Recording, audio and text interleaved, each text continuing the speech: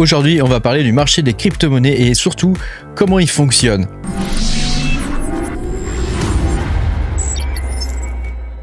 Bonjour les amis, je suis très content de vous retrouver aujourd'hui dans cette nouvelle vidéo où on va parler du marché des crypto-monnaies puis on va voir un petit peu les rouages, comment ils fonctionnent. Pense à mettre un petit pouce bleu et à t'abonner à la chaîne si t'es pas abonné. Je te rappelle que tu peux me soutenir, c'est important pour moi. Si tu vas sur patreon.com/makertronic, tu pourras voir mes vidéos en avance. Et puis toutes sortes d'autres trucs. Merci d'ailleurs à toutes les personnes qui me soutiennent, merci beaucoup. Aujourd'hui, je vais attirer ton attention sur le fonctionnement du marché des crypto-monnaies et en particulier sur un truc qu'on appelle l'économie de l'attention. L'économie de l'attention, c'est le mode de fonctionnement principal du marché des crypto-monnaies depuis quasiment le début. Le marché des crypto-monnaies est géré par ce qu'on appelle une économie de l'attention.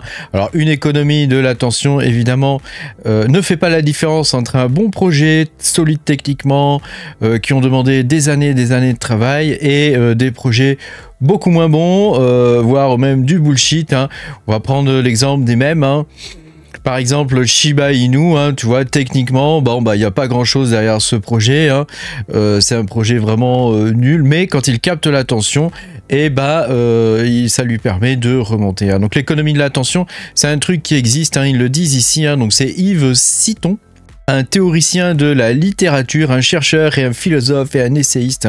Donc il a théorisé ça, c'est-à-dire que quand il y a une surproduction industrielle, ça nécessite des formes de publicité qui puissent arrêter l'attention, la fixer sur la chose offerte. Donc c'est exactement ça qu'on a dans l'économie des crypto-monnaies.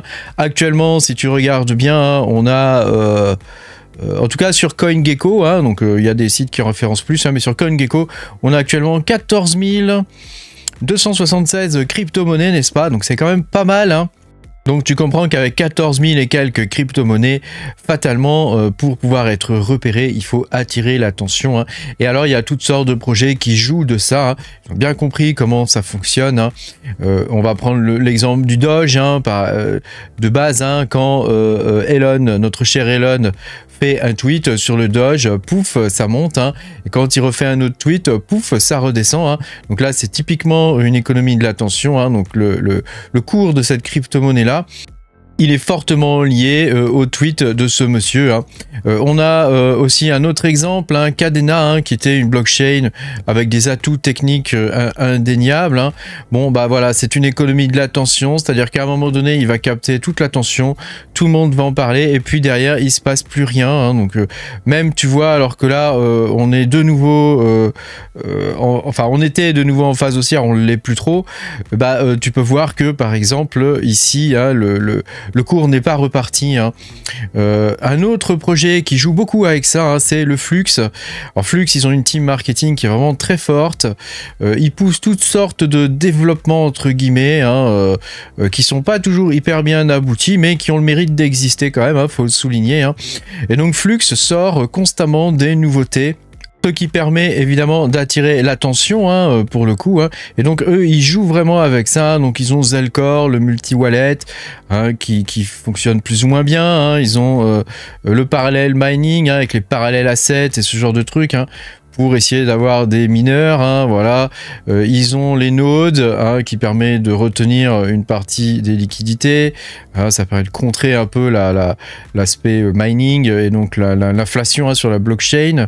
Voilà, ils ont le cloud, tu vois, le FluxCore, etc., etc. FluxOS, et là dernièrement, ils se sont mis à l'intelligence artificielle avec un ressucé de HiveOS. Donc tu vois, eux, ils jouent beaucoup avec ça. Périodiquement, ils nous sortent des trucs qui sont dans le vent, voilà, et donc ça se ressent d'ailleurs au niveau du prix. Tu peux voir que le prix là, pas du tout comme sur Cadena, tu vois, le prix il fait le yo-yo, il monte et il descend en fonction de l'attention qu'ils arrivent à attirer à eux. Un autre projet très intéressant au niveau de l'attention, c'est le Kaspa par exemple. Le Kaspa qui a une base technique extrêmement solide, qui a nécessité plus de 10 ans de recherche. Donc là, tu vois, on est vraiment Aux opposés, hein, le Kaspa arrive à attirer l'attention par son aspect technique et sa communauté extrêmement active. Hein, mais comme tu peux le voir, on n'est pas du tout sur les tweets d'un mec unique, hein, comme sur Elon Musk, hein, pour le Doge, ou comme le Flux, hein, qui périodiquement nous donne des nouvelles choses sur lesquelles porter notre attention, hein, toujours évidemment à la mode. Hein. Le RNDR, hein, par exemple, hein, tu sais qu'il y a une crypto qui est quand même bien placée, hein, il me semble, hein, elle est dans les 30 premières. Bon, ça bouge un peu, hein, et le RNDR, à la base, c'était un truc où, c'est extrêmement difficile, hein, de faire référencer ces cartes graphiques chez eux, voire quasiment impossible. Moi, j'ai jamais réussi. Tu leur envoies des mails, ils te répondent jamais. Hein, ça veut bien dire ce que ça veut dire, hein, c'est un truc complètement fermé. RNDR, donc, à la base, qui était pour faire du rendu 3D, d'un seul coup, ils se sont mis à la mode de l'intelligence artificielle. Donc ils essaient de récupérer un peu de l'attention, ça marche bien pour eux d'ailleurs, hein. Un peu de l'attention qu'il y a eu au niveau des cryptos et surtout du narratif sur l'intelligence artificielle, hein. Évidemment tout le monde surfe un peu sur la vague de ChatGPT, Mistral.ai et autres intelligences artificielles. En termes de mining, c'est un peu la même chose, hein. L'attention est captée sur les nouveaux coins, hein. D'ailleurs quand tu vas sur Mining Pool Stat, il y a même une section dédiée, hein, New Coin, hein, où tu peux avoir les derniers coins à la mode, hein. Donc ça te permet d'aller voir quels sont les coins qui attirent l'attention, qui vont donc attirer les investisseurs qui décident d'investir dans ces coins là au départ, hein, pour essayer de faire la culbute, hein. Il n'y a pas d'autre possibilité, hein. Donc il y a des coins très intéressants, puis il y a des coins c'est vraiment de la grosse merde, mais c'est pas grave, ils sont là, ils attirent l'attention. Et ils peuvent arriver à vivre comme ça ou à vivoter pendant quelques semaines, voire quelques mois pour certains. Et puis derrière, une fois que l'attention est retombée, tout le monde les oublie et ils partent dans les méandres de l'infini du monde des crypto-monnaies qui tendent vers zéro. Un autre exemple très intéressant, hein, tu peux retrouver une chier monstrueuse, hein, sur Dex Screener, c'est dernièrement là, ce qu'il y a eu avec les memes, hein, donc que ce soit sur Solana ou sur Base, hein, il y a eu un engouement pour les mêmes coins complètement dingue, hein, avec des bots sur Twitter, des bots sur Telegram qui te permettent d'investir en avance dans les coins, hein, d'aller dans les pools de liquidité. Voilà, bon, j'avais fait une vidéo d'ailleurs, hein, sur la dégène, hein, qu'il peut y avoir là-dessus, hein. Donc comme tu peux le voir, ça c'est pareil, hein, c'est une économie de l'attention qui est drivée par quelques mecs sur Twitter, hein, qui disent oui, investissons là, tout le monde investit et puis les derniers qui sortent sont baisés. Voilà, donc ça c'est typiquement ça, c'est vraiment l'économie de l'attention où t'as quelques tweetos ou t'as quelques gars, hein, qui vont arriver à créer le mouvement vers une zone d'achat intéressante, par exemple, sur certains coins. Donc, tu as compris, hein, que le marché des crypto-monnaies n'est pas comme dans la société actuelle, hein, d'ailleurs, hein, c'est pas forcément quelque chose qui est basé sur le mérite, hein. Ça peut être basé dans la vie réelle, ça peut être basé sur le copinage, sur plein d'autres trucs, hein, l'argent que tu peux avoir, les relations que tu peux avoir, tu vois, ce genre de trucs. Bon, dans les crypto-monnaies, c'est un peu la même chose quelque part, hein. C'est un marché de l'attention où effectivement, tu as quelques gars ou tu as quelques projets qui vont réussir à attirer l'attention à eux et donc c'est ces projets là qui vont monter, hein, comparé à d'autres projets qui peuvent être extrêmement solides techniquement, très intéressants et qui finalement vont rester sur des market cap très bas, hein. Le plus bel exemple que j'ai, hein, là-dessus, c'est Ergo, la crypto-monnaie Ergo, hein, qui a des bases techniques extrêmement solides, où il y a des développements extrêmement intéressants qui ont été faits, hein, avec les sub-blocs par exemple récemment là.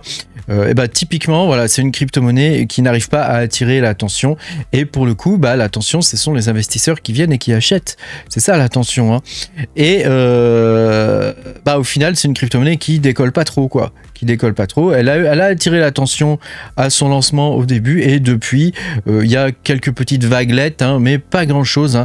Et pourtant la monnaie est de plus en plus rare, hein, et pourtant elle sera de plus en plus rare à l'avenir, hein.